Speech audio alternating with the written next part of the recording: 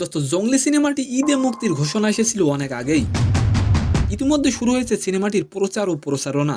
ঈদ উল ফিতরে মুক্তি পাবে জঙ্গলি সিনেমাটি। দোস্ত তবে দেশে মুক্তির পর 25শে এপ্রিল জঙ্গলি সিনেমা নিয়ে পাওয়া গেল বিশাল একটি সুখবর।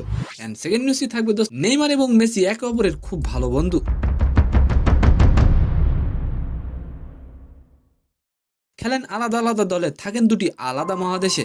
দোস্ত মেজর লিগ সকারে একজন হাসলেন এবং অপরজন কাঁদলেন। তো নিউজ দুটি জানতে অবশ্যই ভিডিওটি সম্পূর্ণ দেখবেন। দোস্ত নির্মাতা এম রহিম পরিচালিত জঙ্গলি সিনেমাটি ঈদে মুক্তি পাবে। তবে এবার পাওয়া গেল জঙ্গলি সিনেমা নিয়ে বিশাল একটি সুখবর। দোস্ত ঈদ উল ফিতরের সিনেমাটি মুক্তির পর 25শে এপ্রিল বিদেশে মুক্তি পাবে সিনেমাটি। বিদেশে সিনেমাটির প্রযোজক হিসেবে থাকবে বঙ্গজ রিভেরি সহ বেশ কয়েকটি প্রযোজনা প্রতিষ্ঠান। দোস্ত সিয়াম আহমেদের জঙ্গলি মুভিটি কি পারবে সাকিব খানের মুভি বরবাদকে টেক্কা দিতে? অবশ্যই আপনি কমেন্ট করে যাবেন। দোস্ত এদিকে ঈদ উল ফিতরে সিয়াম আহমেদের মুভির সাথে মুক্তি পেতে যাচ্ছে মেগা স্টার সাকিব খানের বরবাদ সিনেমা। দোস্ত সোমবার জঙ্গলি সিনেমার নতুন পোস্টার প্রকাশ করে দেশের বাইরে মুক্তির তথ্য জানানো হয়।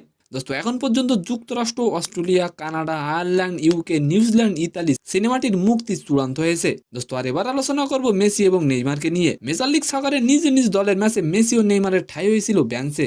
যদিও ম্যাচ শেষে অভিজ্ঞতা ভিন্ন। লিওনেল মেসি বেঞ্চে বসে ইন্টার মিয়ামির জয় দেখলেও নেইমার দেখেছেন সান্তোসের বিদায়। দোস্ত 2-1 বলে হারের দলের বিদায় দেখতে হয় নেইমারকে। তো সম্মানিত দর্শক, আজকের ভিডিওটি কেমন লাগলো অবশ্যই কমেন্ট বক্সে জানাবেন। আর ভিডিওটি যদি ভালো লাগে অবশ্যই একটি লাইক দিয়ে আমাদের চ্যানেলটিকে সাবস্ক্রাইব করে দিবেন। ধন্যবাদ।